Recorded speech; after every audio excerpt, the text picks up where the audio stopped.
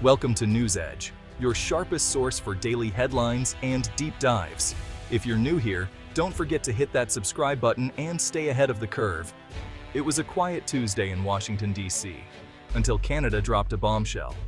In a move that stunned the White House and Capitol Hill, Canada announced it was slashing billions in trade with the United States.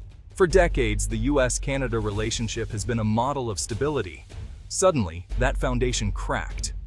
Initial disbelief quickly turned to alarm as Canadian officials confirmed this wasn't a threat, but a declaration. Billions in trade flows were being rerouted or canceled, targeting key sectors in a precise, calculated strike. Ottawa's message was clear. The old way of doing business is over. Canada is asserting its economic independence, forcing the U.S. to react to a partner that's no longer content to follow Washington's lead. This isn't just about numbers, it's about the very nature of the North American alliance. Our economies are so intertwined that a factory in Michigan might rely on parts from Ontario made just hours earlier. The announcement challenges this entire model, forcing a re-evaluation of nearly a century of policy. The question in Washington is no longer what happened, but what do we do now?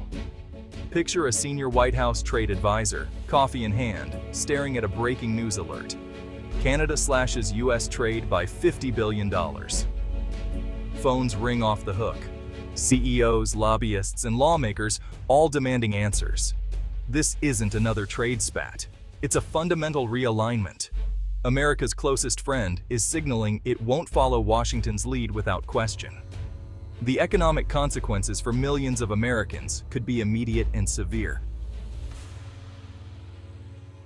Trade is the buying and selling of goods and services between countries, a global marketplace. One country grows wheat, another builds cars.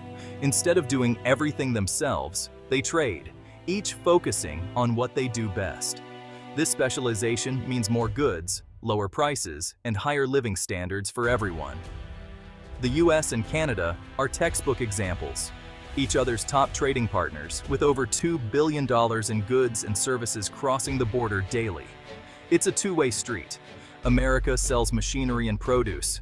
Canada supplies energy, minerals, lumber, and manufactured goods. This exchange supports millions of jobs on both sides. Services matter too. American architects design buildings in Toronto. Canadian software powers New York banks. Tourism is huge. Americans visit Banff.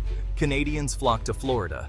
This constant flow creates deep economic and cultural ties. The health of one economy directly impacts the other. Trade isn't just policy, it's the fabric of daily life. Your car might be assembled in Ohio with an engine from Quebec. The wood in your house could be from British Columbia. Any disruption isn't just political. It hits businesses, workers, and consumers across the continent. That's why Canada's announcement is so significant.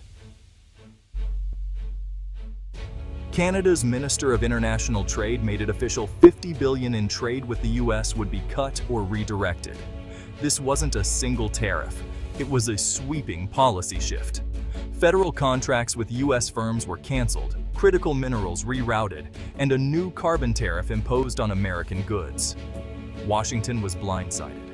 Many officials learned the details from the news, not diplomats.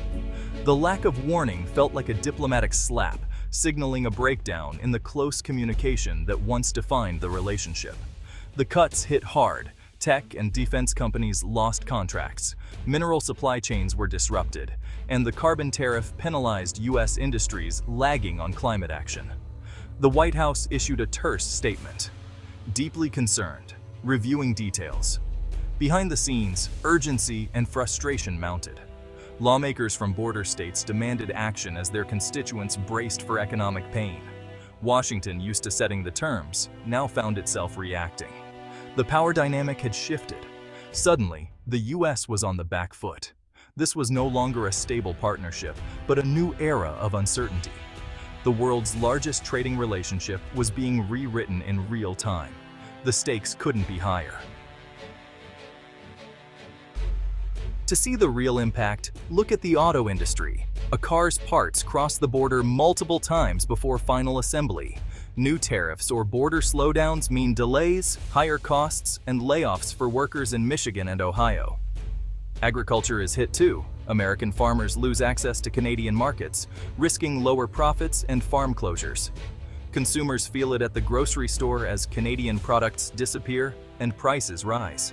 The construction industry faces higher lumber costs as Canadian exports slow, making new homes more expensive. Construction companies may scale back, affecting jobs across the sector. The energy sector is shaken. Canada's carbon tariff targets U.S. energy imports that don't meet climate standards. American energy becomes pricier for Canadians, pressuring U.S. companies to change practices. Workers in oil and gas face uncertainty, and consumers could see energy prices shift. Every sector, from manufacturing to real estate, feels the ripple effects. The North American economy's seamless integration is suddenly in jeopardy. Why now? Domestic politics in Canada are a driving force. The government faces pressure to be less dependent on the U.S. and assert national sovereignty. Economic nationalism is rising. Canada first means prioritizing local workers and industries. Years of unpredictable U.S. tariffs have fueled frustration and a desire for more control. Diversifying trade is a defensive move, insulating Canada from future American policy shocks. Strained relations between leaders have eroded trust, making quiet diplomacy less effective. This announcement is Canada's boldest signal yet. It's time for a new approach. Beyond politics, this is a strategic economic pivot: diversification. Canada's prosperity has long depended on the U.S., but that's a vulnerability.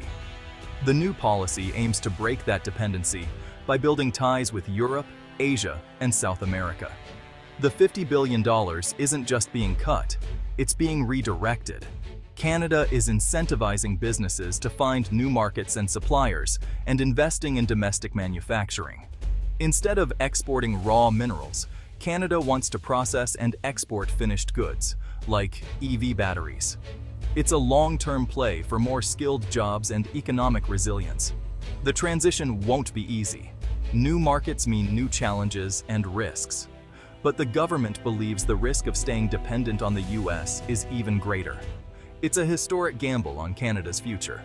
The world is watching to see if it pays off. Environmental policy is now economic leverage. Canada's new carbon tariff, CBM, taxes imports from countries with weaker climate rules. If a U.S. product is made with high emissions and no carbon tax, Canada adds a fee at the border. This levels the playing field for Canadian companies and pressures others to adopt climate policies. The message: if you want access to Canada's market, take climate change seriously. U.S. exports like steel, cement, and machinery could now face higher costs. Canada is using trade to drive global climate action. The U.S. must decide how to respond or risk losing ground. The fallout lands hardest on workers and businesses in border states and integrated industries. Truck drivers, factory workers, and small businesses face layoffs and lost contracts. Canadian companies may struggle to replace U.S. machinery, slowing production. Consumers on both sides will see higher prices for cars, homes, and groceries. Major corporations must rethink supply chains, adding costs and uncertainty. The once seamless border is now a barrier, forcing companies to build resilience. The adjustment will be painful, short-term losses for the hope of long-term gain. Millions of lives are caught in the crosshairs of this new reality. Canada's trade cut is a historic turning point.